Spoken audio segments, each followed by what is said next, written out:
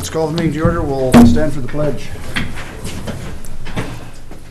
Pledge allegiance to the flag of the United States of America and to the republic for which it stands, one nation, under God, indivisible, with liberty and justice for all. Okay, welcome everybody. Chris is not here this morning. As you know, he's probably at the hospital. Yep. A brand new father. Okay, we'll take a look at the agenda here. Let's approve the agenda. Any additions or corrections? Mr. Chairman, a couple items to add here. Under consent agenda, please add item number 6. That would be commissioners' warrants dated 5/13 of 19 for $13,376.89. Okay. Then under other business, I'd like to please add county vehicle purchase. Okay, that's something And- we've talked about before. So. Yep. And is questioning, we'll leave the ditch repair quote on here for now, but we may not be able to take action on that today. We're trying to get an updated quote for ditch repair from Double D. So for now, we'll leave it on here in case we get it by the time we adjourn the meeting. If not, we'll pull it and table it till next time. Okay. That's all I have, Mr. Chair. Mr. Chair, I'll move the agenda as amended. Okay, we have a motion Second. and a second. Any other discussion? Okay, all in favor say aye. Aye. Opposed? Okay. Now the consent agenda's okay. Well, we need to do the consent agenda. Yep. Move for approval of the consent agenda. Second. Second, okay. We have a motion and a second. Any other discussion? All in favor say aye. Aye. Opposed? Okay. Motion passes. We have Beth at 9:03. If you're ready, Beth, you can come forward. Good morning. Good morning. And to stay We on. should know better, you know, it's spring, summer in Minnesota and detours like crazy, and so Sarah and I are like, I don't know where we're going, so, and then we get on the detour and then there's road work and they're like, well, it's gonna be about 10 minutes. And like, so, thank you for having us this morning. Good morning. Welcome. One of the things that we wanted to do is we wanted to come and speak to you on occasion about the work that's being done at Southwest Health and Human Services. As you know, about 18 months ago, we became a little concerned about our financial well-being or the lack thereof. And so Sarah and I have been working very diligently over the past 18 months. Budgeting no longer is, a couple times a year endeavor. It's, it's a daily thing. Sarah and I have lots and lots of conversations. We have lots of conversations with the staff. The new normal for us is that we're pretty tight. Staff ask for things and we're like, no, I don't think so. I asked Sarah last week for a new iPad and she's like, you really don't need one of those, so you're not getting it. So I was like, okay. So yeah, the one with the cracked screen works just fine. So, one of the things that we did take very seriously is the fact that we are the gatekeepers of taxpayer dollars, and we want to be very judicious with those, especially in light of the fact that we asked for a 7% increase last year in levy from each of our counties. That's a big push, and so we wanted to again ensure that we are being as efficient and as effective as we can be. We want to, work smarter, not harder, and so the things that Sarah and I talk about on a regular basis really are those cost savings measures. And we did share with you last year some of the cost savings measures that we took into consideration for Southwest Health and Human Services. One of the things that we've done over the past during the past year and since I've seen you last is that we had a new hiring process. I know one of the concerns that the commissioners and the counties had was that we had a lot of staff and that we grew very, very quickly between 2004 and 2018. And so what we wanted to do is we really wanted to be transparent in our communication. That's very important for us. Communication can always be better, we know that, but we're trying to be as transparent as possible, both with our staff and with our community partners. And of course, we're a very close community partner with our counties. So we started a new hiring process. One of the things that had happened in the past is you'd come before the Southwest Health and Human Services Board and say, Sarah needs a new staff person. Yep, it's in the budget. Yep, it's going to be paid for. Yep, we need it.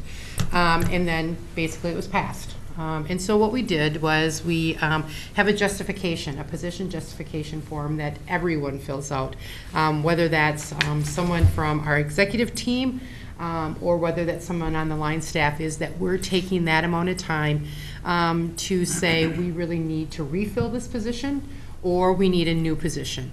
And new positions have a different process. They have to go in front of our finance committee to be forwarded on to the board as a whole. And Sarah has now just developed a new form for our budget. These are our budget wish list things, because we really want to get an idea for the next 5 years. You know, what are our wish lists? What are the things that we're looking for? You know, and is there money, will there be money available for those kind of things?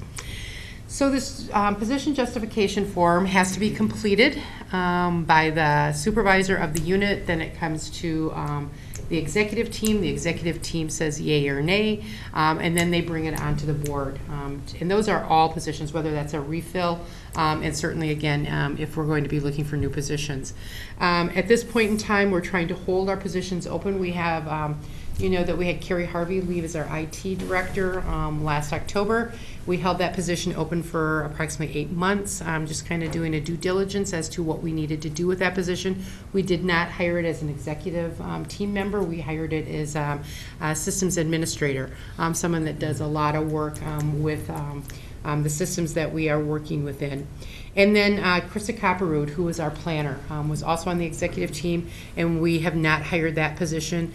What we're going to do with that position is we're going to do a deeper dive into that, really what are the needs of the organization. Is it a planner?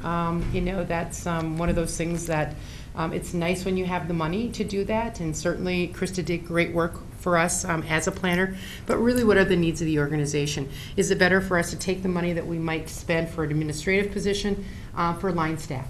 I mean, is that more important? Because we know that administratively, we don't get a lot of reimbursements for the admin team. So we're gonna hold that position open until fall. We're doing a deeper dive as the administrative team. The executive team will be looking at the structure of the organization. There's been talk that we're too top heavy. Should we talk about that? I mean, this is an opportunity that you don't always get, and so we'll be talking about that. So when we come in the fall, hopefully we'll have a decision related to that executive team position, whether we will hire it or not. Another thing that we've done is we really have built on our reserves. You know that that's very important to Sarah and I. Our goal would be to have $8 million in reserves to be back where we were in 2014, and certainly you know as commissioners that does not happen overnight. Last year at this time we were very concerned that we weren't going to be able to make our payroll. We kind of went into that kind of a crisis mode. I think Sarah's feeling much better this year. Anxiety is probably still a little high because you know this is a time where we haven't gotten all of our levy dollars and we haven't received our allocations from the state and federal government. So I'm going to turn it over to Sarah because I know that she provided some handouts for you. Good morning. Morning, Sarah. So the handout that I passed out to you that looks kind of like a spreadsheet and starts out with the annual budgets is just kind of an overview of what we have looked like over the last few years from a budget perspective. And as you can see, the last 3 years, 15 through 17, we were not able to come in with a balanced budget. So like Beth has alluded to, we have really sat down and taken a look at what we can do to rein in our expenses to try to come out with a balanced budget, which we were able to do there in 2018, and we plan to continue doing in the future, with our primary goal being to build back those reserve balances that were depleted over the last about 5 years. The other areas that we took a look at are the main areas that we've really focused on in the last year, knowing that we can probably make some changes to how we're spending our funds. Our vehicle expenses, that was something we did back in late 2015 prior to me coming on board, was to move to a fleet service through Enterprise for all of our vehicles. We have 32 vehicles, or 35 vehicles. 22 of them are currently on lease. And that initial 22 leased vehicles happened in early 2016. Then I came on board and realized kind of like we probably need to hit the brakes on spending. So the 13 vehicles that we do own, we still have. We're driving them, they're fine. They're all 2012 or newer. But we are to the point now where I feel like we need to transition maybe half of those in this next year over to leases, because we are getting a lot of miles on those vehicles now. And we are utilizing them, so that's the nice thing to see is I get a lot of information from Enterprise on our utilization, and we are actually overutilizing our vehicles from what was predicted back in 2015. And then just your total expenses on the end there, you can see that really from 2014 to 2018, we're spending about the same as we were. So these vehicles are paying off. We're getting more people in the seats of our leased vehicles rather than taking their own vehicles, which does end up costing us more by having to pay them the IRS rate for mileage. Staff development expenses, you can see a drastic cut in 2018 to that. We really went to the thought process of any trainings that staff are going to really need to be required for their position. We can't send a lot of people on trainings that are nice to have. It's really a need to have right now to try to cut down on those expenses. Our centralized supply ordering too. We have 6 locations, and prior to the last couple years, each location was kind of taking care of their own supply needs. But by centralizing that and giving that duty to the office support supervisor, it's really cut down on spending on things that we may have elsewhere. So it's really just honing in on what we actually need throughout the 6 locations. Some of our expenses, like our building expenses, aren't things that we have a lot of control over. I will say though, in Lyon County, we did give back some space that we decided we didn't need, which obviously reduced our rent there, so that was helpful. Our data processing and IT equipment, again, there's a big decrease in 18, but that's just because we didn't go ahead and replace the laptops as scheduled for staff. So we do have a lot of laptops now that are not under warranty. We're going to try to get back on a rotation with that with our new IT person. So I can see us going back into a new rotation, but just trying to rein in those expenses. I don't know if you have any other questions related to our expenses? Sure. On the rent building expenses, from 17 to 18, you had about a 65,000 increase. What accounted for that? 17 to 18, I'm trying to think. Redwood County, yes, we did have an increase there. They were underbilling us for public health, Yeah, is what it was, and so I think there was they just re-looked at the actual square footage. right.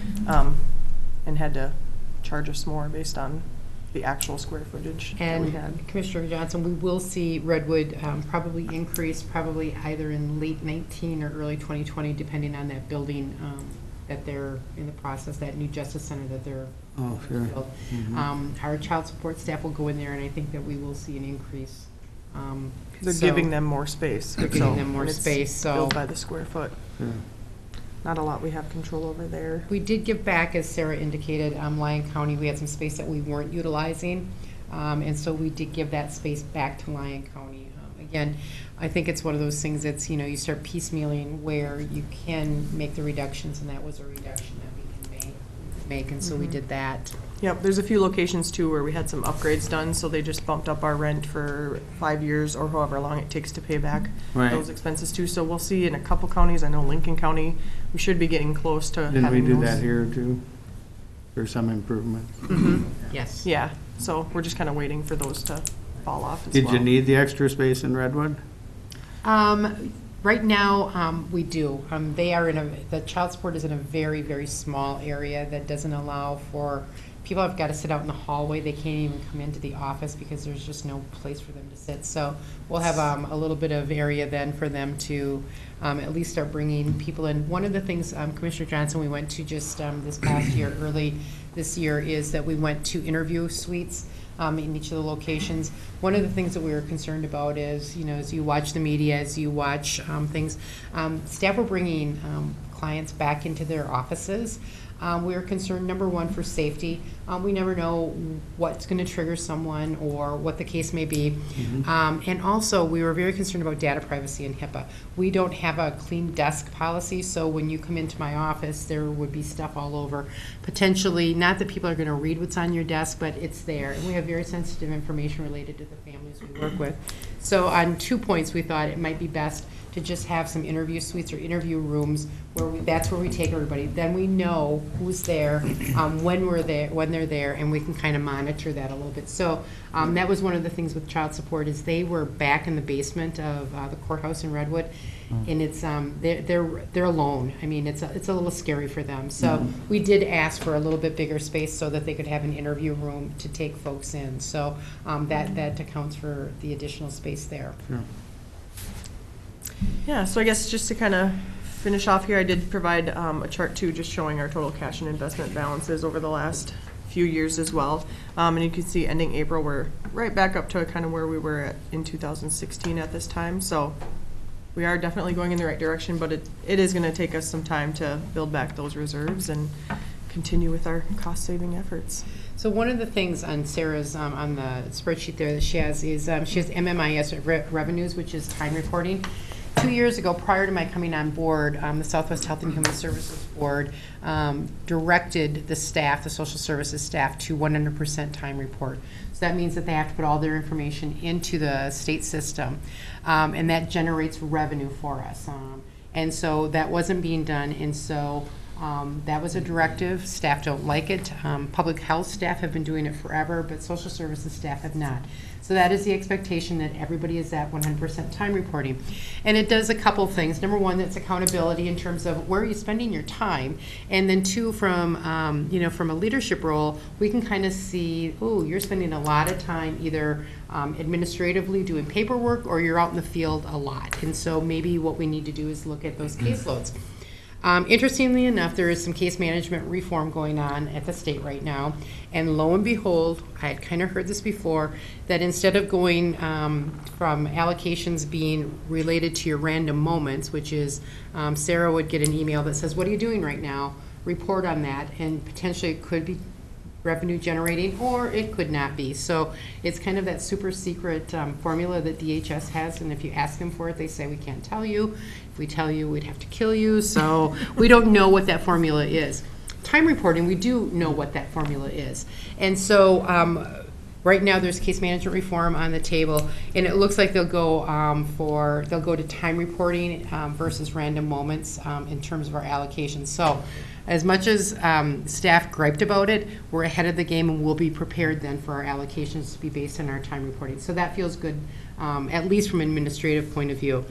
A couple other things, because I know that you have other business today, is that we did do an annual report. It is out on our website.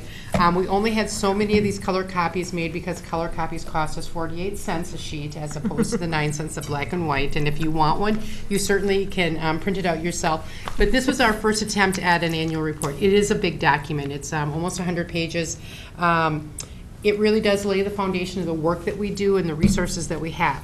We will be doing another annual report this year. It will be scaled down significantly, but again, we want to be able to report out not only to our staff and to our board, but also to you as our community partner and to our other community partners. So it is out on our website. If you can't find it because our website is not always easy to navigate, let me know and I'll send you the link, and you can download it yourself.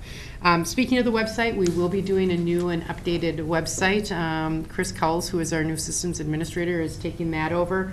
We had made the decision prior to the end of the year that we would be doing a new website so that it's easier to navigate. We know that that's where people get a lot of their information related to our work. We will be doing a strategic plan for 2020, 2024. You'll get an invite to come to that. We'll be having meetings locally so that people can give input as we look at our footprint and our blueprint of moving forward for the next 5 years. We did establish the Finance Committee and also a Personnel Committee so that we're kind of looking at generating more input from our board as we do our work. We brought in some internal trainings, as Sarah indicated on the spreadsheet. People were going to trainings, conferences, and then coming back and we weren't hearing anything. And whether it was a good training, a bad training, we have a form that you fill out and say, no, I wouldn't recommend this, or yes, I would recommend this. However, we brought in some internal trainings for staff to participate in. We brought in Josh Dye and Convene. And so we have access to a library of webinars, and then there are live webinars, and he does 2 in-person trainings for us for less than $1,000. So we felt that was a good investment for us. We just went through the poverty simulation. Love One, Love All out of Laverne did one, and then we did 2 in Marshall. and we're hoping to have one in the Redwood area. And so staff were mandated to go to a poverty simulation that just concluded last week. We'll be having an all-staff meeting on September 11th. We haven't had one since I came on board in 2017, so we will be having our first that I've been on board. So we'll be having an all-staff meeting on September 11th. One of the other things, as we talked about ways to cut our budget, was, and you've probably heard this, is, several years ago the legislature allowed counties to utilize an outside auditor. They didn't need to use the Office of the State Auditor. Well, in the infinite wisdom of that bill, we felt that joint powers or special districts were also included in that. However, the Office of the State Auditor does not believe that. So we had given our notice last August that we wanted to be removed from the Office of the State Auditor, utilize our own audit firm. Sarah had gotten some quotes, and they came in significantly reduced from the Office of the State Auditor. But we knew that there was an election happening in November, and so we wanted to wait till the new auditor was seated. Julie Blaha is the new state auditor, so we did meet with her, and she really indicated, nope, we cannot. Southwest Health and Human Services needs to stay with the Office of the State Auditor because, not because really that we're a special district, but because we've had horrible audits in the past, and that she has great concerns about the work that we're doing. And so all of the entities that they audit in the state, she is most concerned about Southwest Health and Human Services. However, in our exit interviews that we have with the Office of the State Auditor, we haven't heard that. And so we went up and we had a meeting with her. We then, Senator Bill Weber and Representative Joe Schumacher introduced legislative bills that would include special districts or joint powers. And so we're sure that that's going to be held in the Health and Human Services Omnibus Bill. Right now that we're so far apart that probably will we get to any finalization by next Monday at midnight? Probably not. Charlie Sanow, Nancy Walker, Sarah, and myself did go up and testify at Senate committees. So we spent a couple days up at the Capitol testifying. So we'll keep you in the loop. Hopefully we'll be released from that. We did have to sign a letter of engagement in terms of this year's audit so that Sarah could get the audit done. The other thing is it's a negotiating year for us, so we'll be negotiating with the union come September, so we'll be doing that. And then just to let you know that we're continuing to review the work that we do, how we do that work, to ensure that we're having maximum efficiencies and effectiveness, and again, to be good gatekeepers of the taxpayer dollars. So that's what we have. We could probably talk much, much longer, but I know that you have other work to do. We will probably come back later this fall to kind of give you another update as to what's going on with Southwest Health and Human Services. I believe that Sarah and I and the entire executive team would say that we're doing great work. We've not, even with the cost efficiencies that we've found, we've not heard anyone saying, you're not getting good service. I mean, no one has complained that services have declined because of the fact that we've reduced our staff or we're not buying special pens for people to do their work. And so we continue to review everything, and we'll continue. You wouldn't believe what we hear. If people want special pens, they should probably buy them themselves. As much as, and the state auditor really had said, and this is what really resonated with Sarah and I, was she says, I can't believe that you're up here looking for $30,000, a $30,000 reduction in your budget. And that didn't sit well with some of the senators sitting on the committee because they come from smaller counties, and they said, do you realize that $30,000 for a small county is a lot of money? And for us, even as 6 counties, we think $30,000 is a lot of money. Mm-hmm. So she was kind of taken to task there on that. So again, we're looking for everything from pens to vehicles to trainings. I mean, we're looking at everything. So do you have any questions for us? Has anybody got any comments or questions for? Not a question, but a comment, and that is I'd like to echo that same sentiment that we certainly appreciate, Beth, what you brought to our organization. As the public knows, both Les and I sit on the Southwest Health and Human Services Board. And you and your staff, Sarah, we appreciate the cost-saving measures you've taken that you put in effect. we've discussed before about this new review process that we have for backfilling position, not only backfilling, but also new positions. And I like how you pointed out how we've been better stewards of the time billing for that to actually get those funds from the source they're supposed to be instead of falling back on the taxpayer. So I guess I just want to just echo that, my appreciation for what you've done and what you continue to do. And of course, the services you provide for our residents of Pipestone County. Absolutely. Well, we appreciate your support. Okay, So- anybody else have any comments, or? Just want to thank you for a job well done. Hold on. Thank you, Commissioner Okay, Newman. thanks for coming. Appreciate Welcome to come back anytime. Just get a hold of Thank you. Steve if you have some news, so. that. Sounds wonderful. We're in touch all the time, Bet we so. are. Thanks for so coming. much. Have a great day. See you tomorrow. Yeah, we'll see you tomorrow. Yes, right here. Okay, we're a little bit ahead of schedule. Kyle, can you present your use permit? There's no time set for that. It's not like a hearing, so. It's not a hearing, so. Good morning. Well, Yes, the Planning Commission, we received an application for a conditional use permit for a hot mix plants to be put in an existing pit down by Edgerton. It's in Osborne, Section 16. The pit is owned by Dave Holstein, and Central Specialties are the ones applying for the conditional use permit for the hot mix plant to be placed there. And the Planning Commission held a hearing on the 14th, and basically they didn't have a lot of concerns. You should have received the finding of fact. Basically, that it is located in the low vulnerable area of the Edgerton Wellhead Protection Area. It's zoned ag. They requested the permit to be good for a period of 5 years. The primary use of the pit currently is going to be for the state Highway 91 project. But they did want to have that option to do additional projects in the future, depending if they get the bids or not. They submitted a work plan that outlined, primarily the bigger concern, at least for me, was the protection of the wellhead area. So they did talk about having dual-walled fuel storage tanks along with secondary containment that they would have in place, and that the bituminous operations would be done on an impervious pad, so that they would have some type of a liner where those operations would be done on. And hours of operation would be Monday through Saturday, 5 to 9. And they ensured the Planning Commission that they would be addressing dust control and would be open to addressing, complaints, and they would take action, promptly as needed.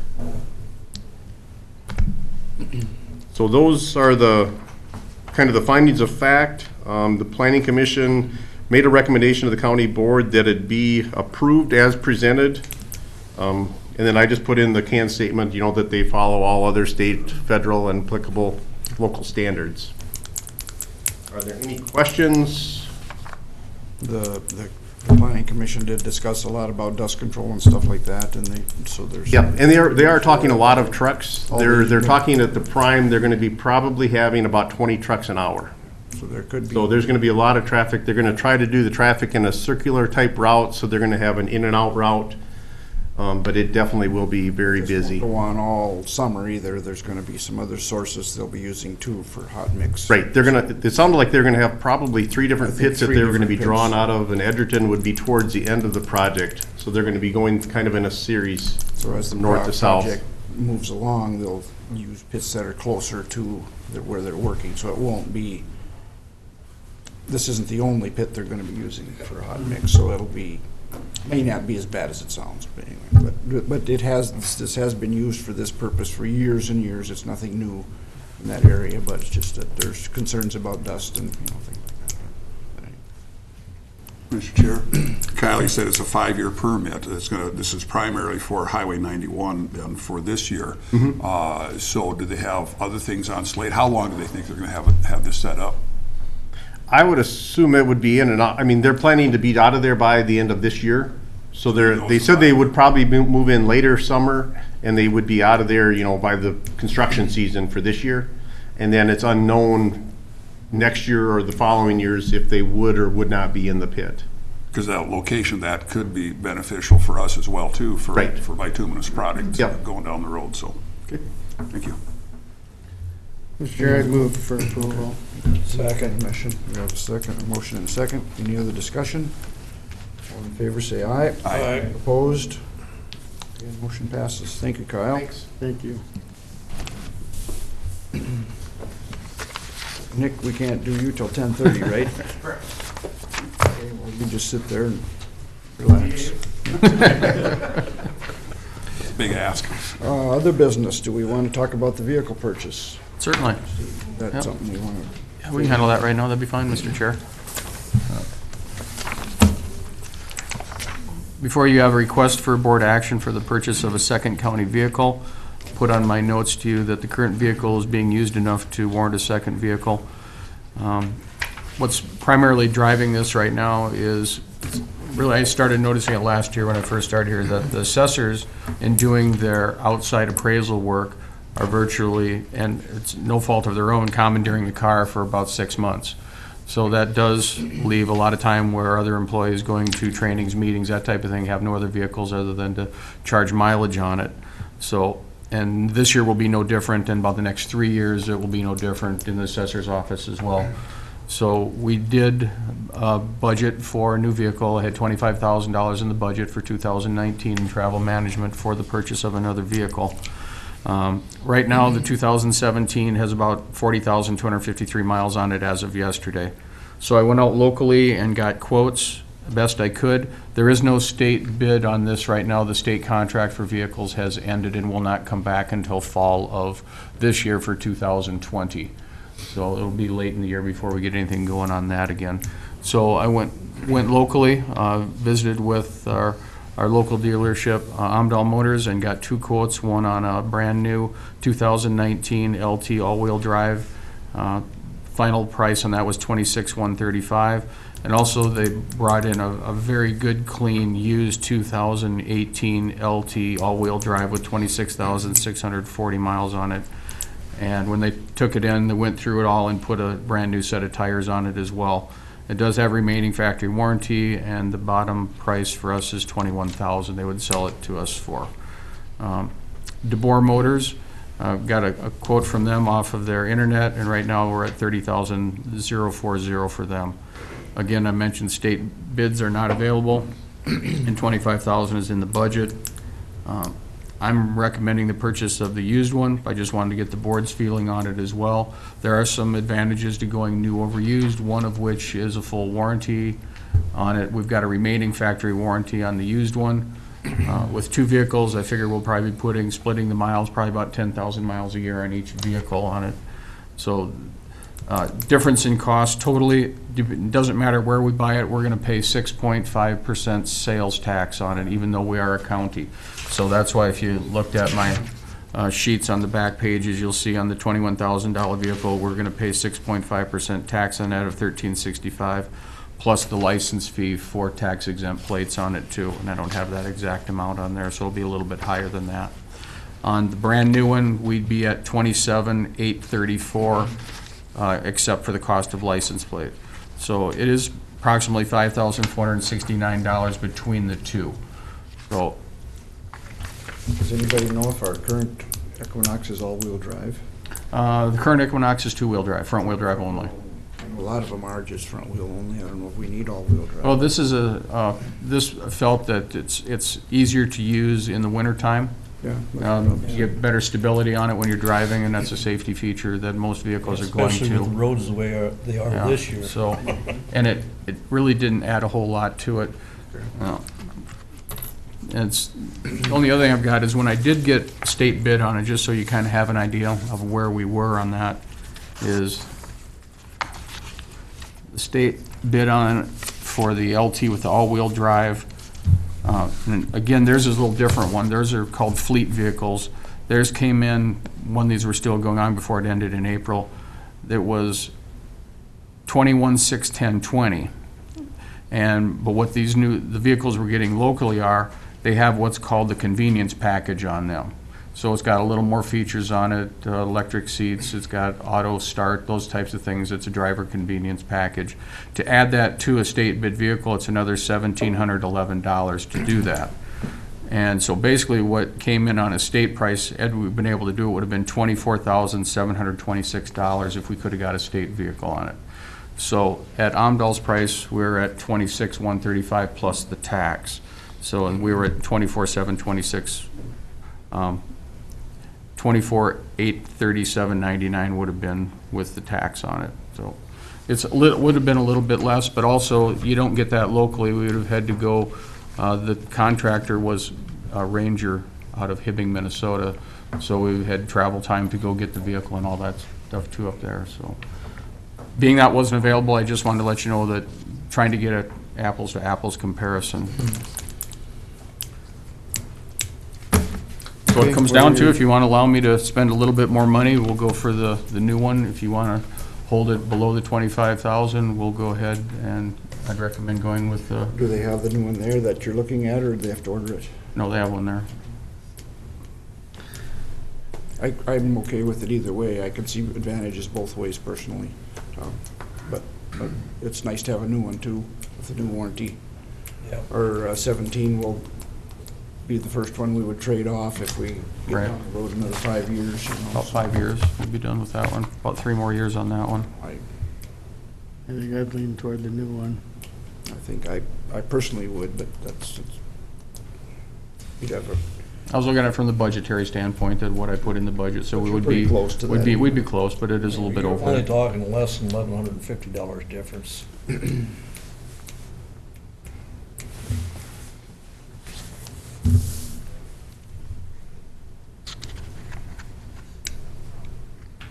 I think it's important that the county employees, when they're out and about in the county assessing or whatever they're doing, have a decent, good-looking vehicle with the county logo on the side, and their presence is noted in the communities as they move around, and we think we want them driving an old piece of junk around.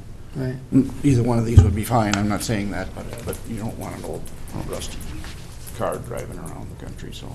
Les, the difference is 5,000, isn't it, between the new one and the used one? 5469 No, I would was be. talking, but we had budgeted at the 20. What we right. budgeted from, 28 or yeah. whatever. So if you look at that 5,000 in the miles, that's like 18 cents a mile, so that really isn't a big difference between that and new. And the battery will be new, and everything Yeah. else is new too, so. I realize it's $5,000, but I think in this case, I do think it's justified to go ahead and buy the new.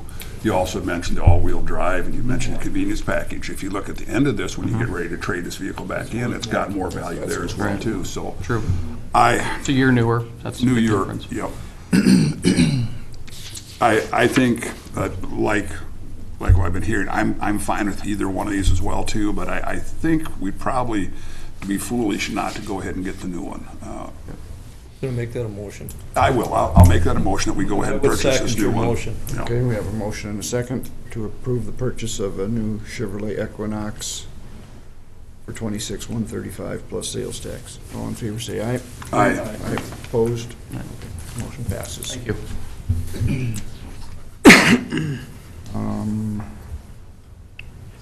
Ditch repair, that's gonna wait for Let's another time. do that, if we can, very last thing, we need to hear back from Ditch Chair John Schaefer on that. Okay. If not, we'll table it till the 28th, we won't have a choice on it, because we don't How about have the quote back we're looking for. How about personnel? Do we have anything there, Kathy, you could fill in with?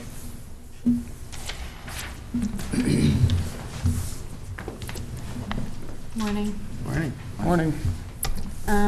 I do have a couple things for personnel. So as you know, last board meeting, we approved some resignations in the ambulance department. And we did want to make sure our job descriptions were updated before we posted it again. I'm going to start with the office assistant paramedic job description. I did give you guys a copy of these with the changes outlined in red on the job descriptions. You can see there's a lot of new language in here, but The primary reason for that is we just wanted to make sure that some of the VSO support duties were listed on this job description. So the new person coming into the job, you know, they are 30%, they're 30%, let's see here. They're 60% EMS and EM. They're 30% VSO and 10% building and grounds. So that's the way it's budgeted out. You know, their primary focus is the EMS, EM, but we also wanted to make sure they were aware, you know, they're working also for the VSO, and she may need assistance on some of this stuff as well. So Renee did go through this. We got some sample language from some other counties and kind of cleaned it up as to what this person would be doing. And, you know, obviously every week isn't going to look the same where they're doing 30% VSO work, but, you know, Renee does have trainings. She was recently on a military leave of absence for a month, and it would be nice to get this person trained into some of these duties as well.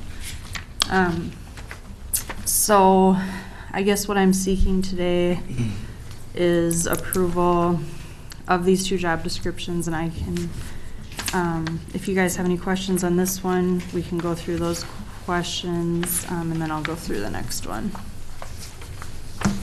Mr. Chair, I move to approve as presented. I will second that. We have a motion and a second. Any other discussion?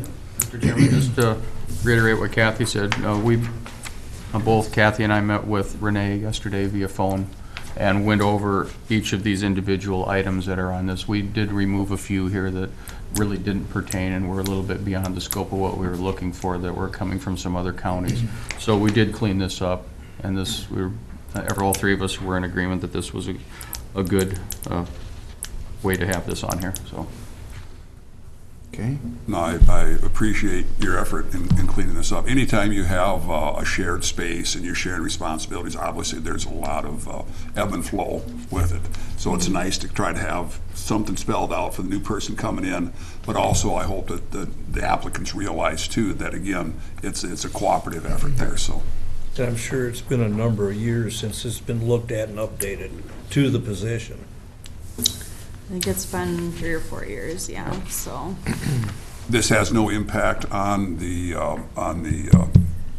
wage study that we've got? So I may send this in, honestly, to have them look at it. Okay. Yep. Just to make sure. sure that it doesn't it's change still in anything. line. Yeah. Does that have any impact on our decision today, what their ruling is, or we can go ahead and proceed with this as it is, and then?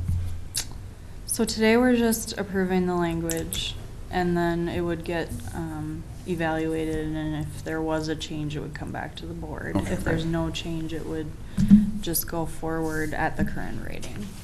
Yep. Very good. Okay, we have a motion and a second. Anything else? Any other comments? We're just trying to fast track this a little bit too, since we do have a changeover in personnel coming, and like to get this obviously done and advertised as quickly as possible for the departments over there, because they do need the help. So that's why this is coming up quick to you. Did it take very long to have this done, or? For them to evaluate it, usually a week or two. It doesn't take long, so. Okay, all in favor say aye. Aye. Opposed? Okay, motion passes. The next one I have for you is the paramedic job description. And there isn't really a whole lot of changes in here. But Casey wanted to make sure they were aware that they would be responsible for taking on some on-call shifts in addition to regularly scheduled shifts. The current paramedics do a lot of the training, so she'd like to continue that, maybe get the new people to that point where they're able to train some of the new EMTs coming on. The biggest change is probably this on the front page under basic qualifications. She'd like to have it to where they have 1 year to complete their paramedic. So if we had someone in progress already, we could consider them. We wouldn't want to pay for their schooling, but you can't get your paramedic within 1 year, basically, unless you're already in progress. So this would give us the opportunity to look at some people that maybe are close to completion of their paramedic certificate. And we could hire them on with the expectation that they'll have that within 1 year of their hire date. Might encourage them to finish. Correct. Steve And has pass. You've had input with this as well. Yes, You're- yeah, very much. Kathy's absolutely correct, that anyone getting this would have been in a paramedic program for almost a year at this time anyway, before they would even be, they'd be getting towards the very end of their training if they got this, wouldn't be starting. Because you would never get it done in 1 year. It's a multi-year It's a process. it's about, by the time you're done, it's almost 18, 20 months. So just shy of 2 years. I think it's valuable that Steve has a lot of background in this area. We can kind Yeah. of help us through this thing. So this is a good move for us. Okay, anybody care to make a motion to move that forward? I'll second.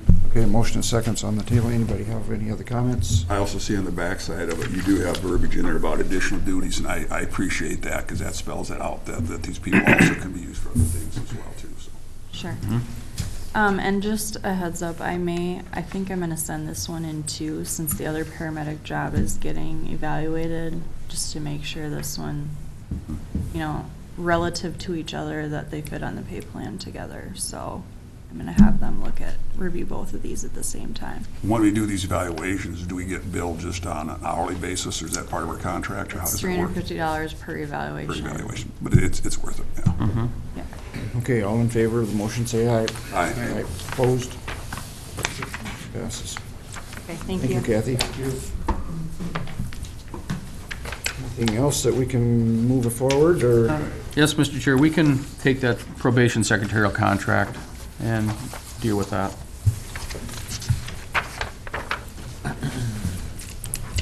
In the past, a little bit of history on this one, this has generally been a 1-year joint powers agreement contract.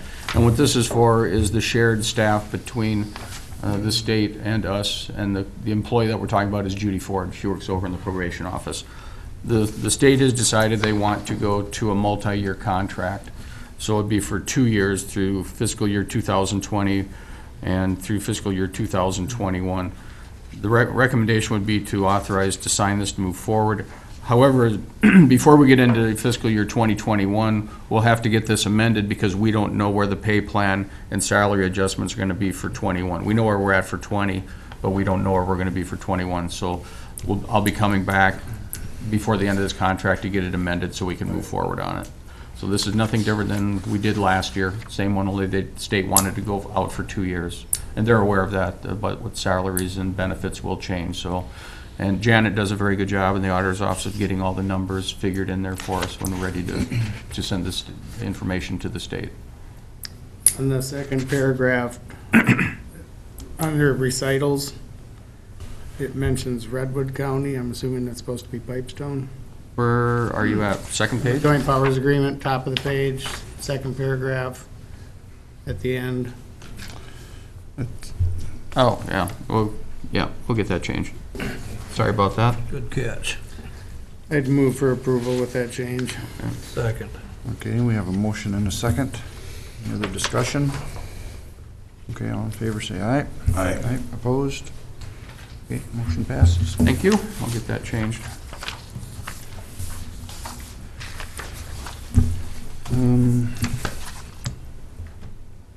We still have Nick sitting there waiting patiently. Chair, Okay. You said 10:30, Yeah. Yep.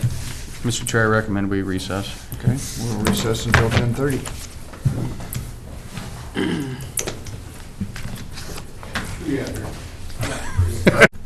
So since we sent that out, Yeah, Martinez. those two picked up plans. Apparently, Jerry Raymond must have ran. Call the meeting back to order. All we have left is Dick Bergman to open the bids for the courthouse parking lot project. Okay. Go ahead. Yep. Jared is going to leave the auditor's office at 10:30, so he'll be here in a minute too. Yep. This is the Woo-hoo. Any more at the office? Okay, well, that should do it. So it's for the parking lot project. Gonna have the contractor remove the bituminous and redo the sidewalk and parking lot area and install some storm sewer, so. All right, well, that being said, this is all that, we have 3 bids. First bid is from Holstein Excavating out of Edgerton.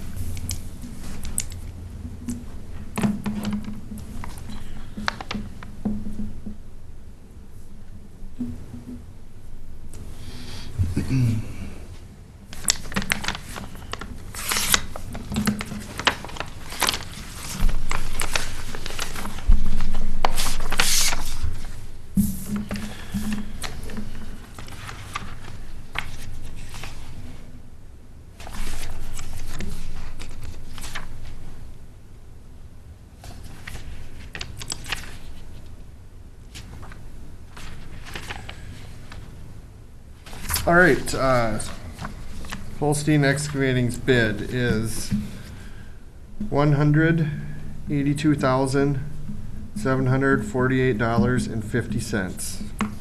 $182,748.50.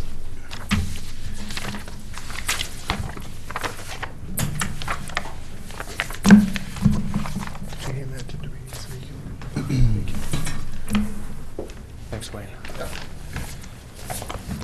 Second bid is from Martinez Concrete LLC.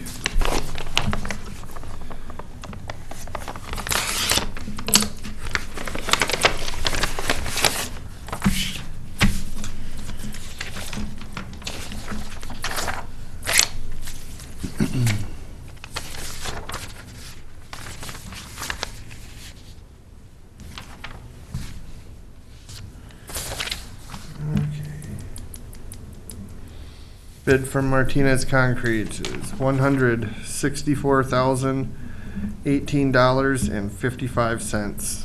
It's $164,018.55. The last bid is from Mush Construction.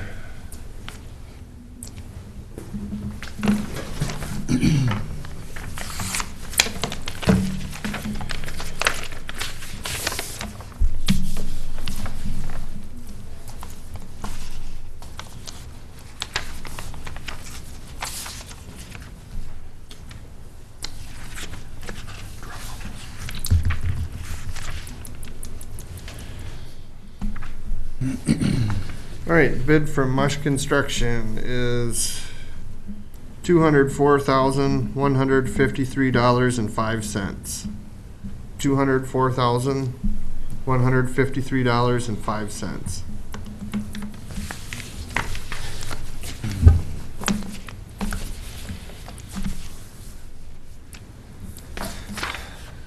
All right, so if you want to do, I don't know, recess for a few minutes, Demeen can review the bonds and we can check prices quick and we should be We able want to approval recommend to it. go forward right today. Yeah, hopefully we can do that. What was the today. engineer's estimate? It's a little different because this is, we're used to dealing with state wage rates and all that stuff. And we don't do projects like this, so we didn't have, we didn't have some numbers we felt comfortable with, but we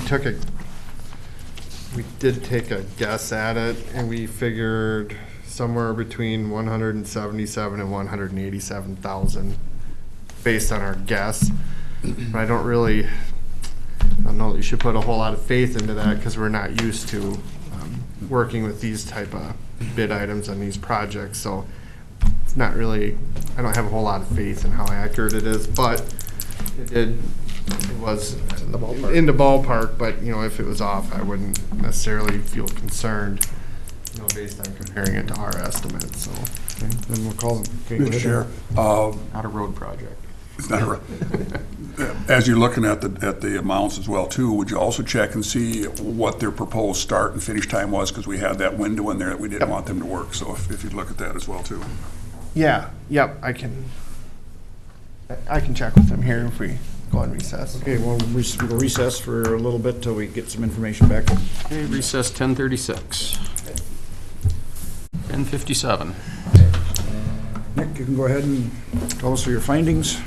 All right, we checked bids, and we found an irregularity with the low bid.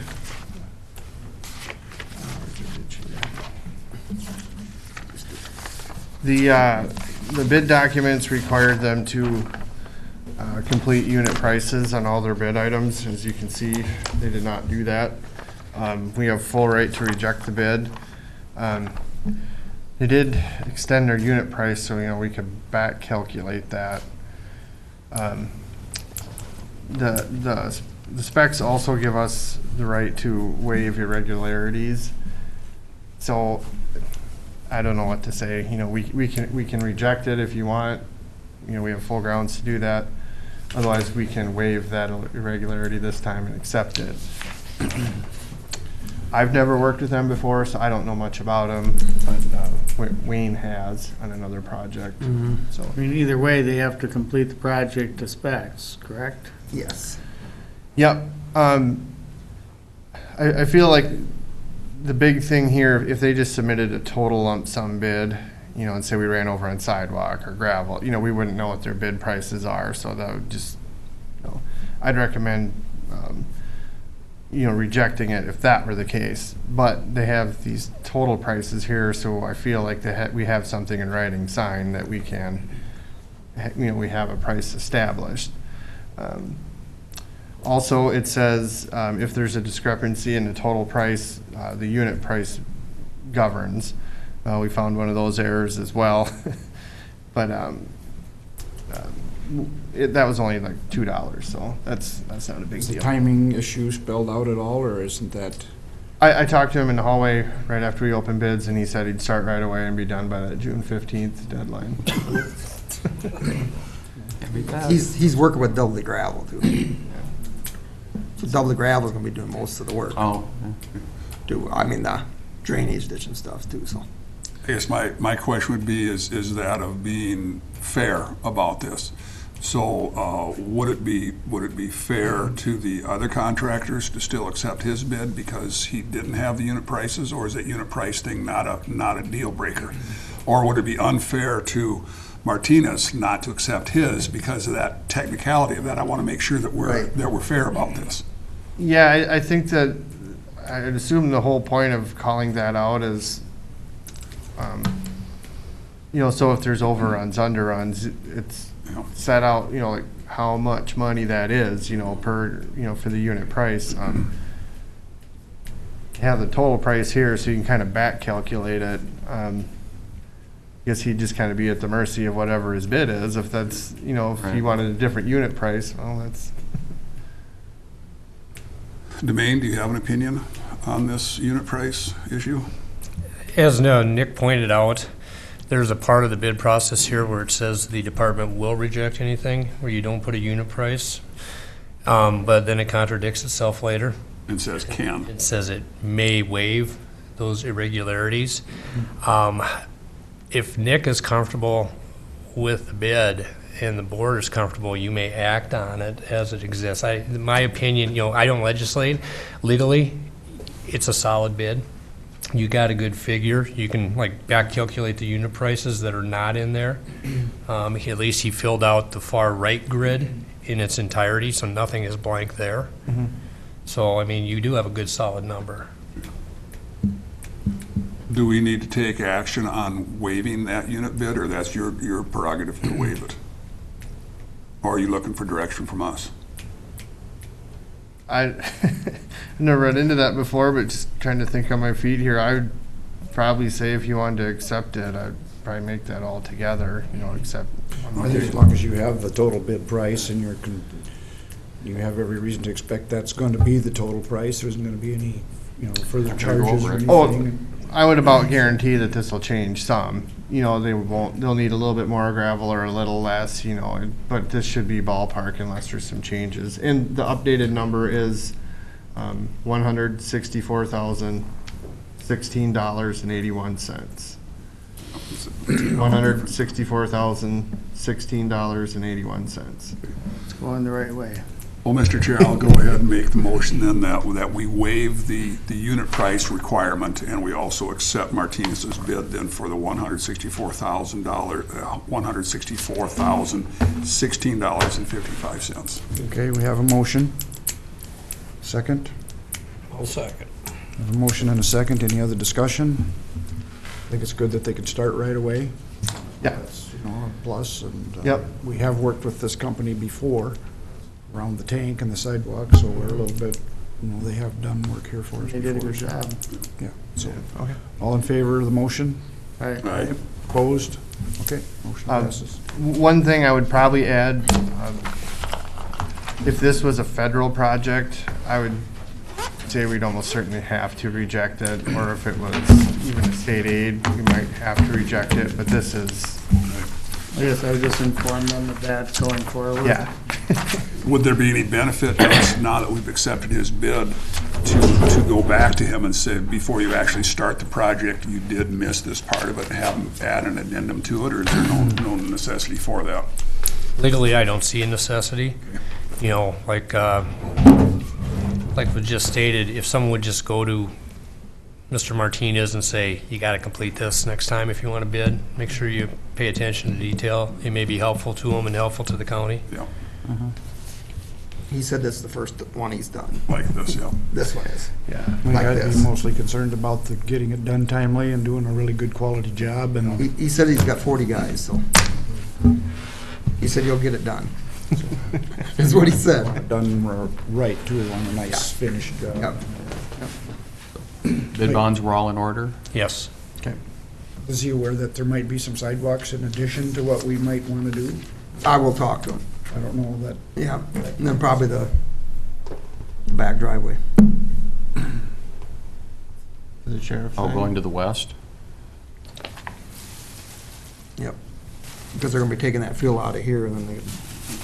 If you wanted to do that, it'd be good. Adding a driveway over there, yeah, I think that might be something to consider. Well, we've got the fill we're gonna take Yeah. out, use it to build the road. If I wouldn't the sheriff- cement it for another year. We aren't going to, no. It's their responsibility to haul this away. Away. So if you wanted to do that, that'd be a good time. Settle a year and then do something with it. Yeah, that'd be logical to. Mr. Chair, I'd move to table the ditch repair quote, because we don't have any information at this time. Second? Second to table the ditch repair, all in favor, say aye. Aye. Aye, opposed?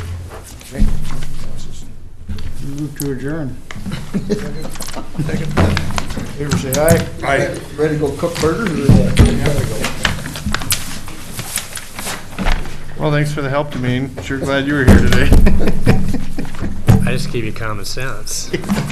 Well, I don't, yeah, I don't do